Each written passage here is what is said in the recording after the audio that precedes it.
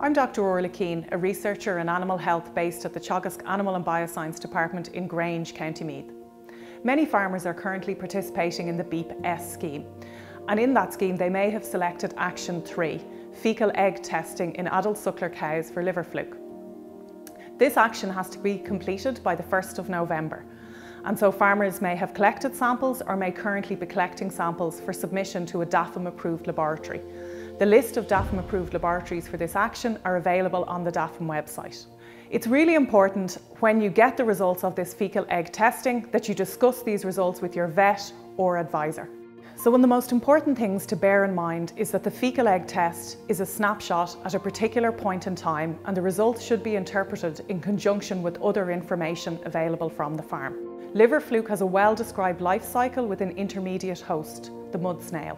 Infection of snail tends to occur earlier on in the grazing season, and this can lead to high levels of herbage contamination later on in the grazing season.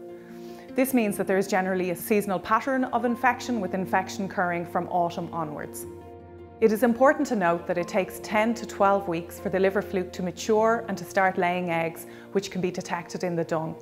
Therefore, a negative fluke fecal egg test may not indicate that the animals are not infected. Rather, they may be infected with immature fluke, which have not yet started to lay eggs and so are not being detected. The fluke can also shed eggs intermittently, and so you can also have a negative fluke test due to intermittent shedding of the eggs. Therefore, when interpreting the results of the fecal egg test, it's important that other factors such as the animal performance and the history of fluke on the farm are taken into account. Another valuable source of information is liver reports from the abattoir, and these liver reports are also available through the AHI Beef Health Check programme. Rainfall has also been above average this summer, and therefore there may be an increased risk of fluke this autumn and winter. Therefore, it's important that these fecal egg tests are used as a piece of the puzzle, particularly if you're farming in a wet area or in the west of Ireland where there is a known risk of fluke. If results for rumen fluke are also reported with the liver fluke results, it's important to note that rumen fluke is a common parasite in Ireland, and it seems to have increased in prevalence over recent years.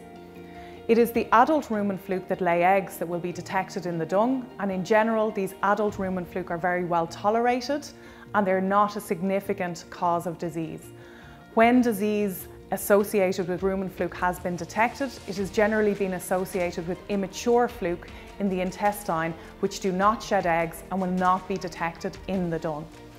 Therefore, a positive rumen fluke test does not necessarily indicate the need to treat for rumen fluke.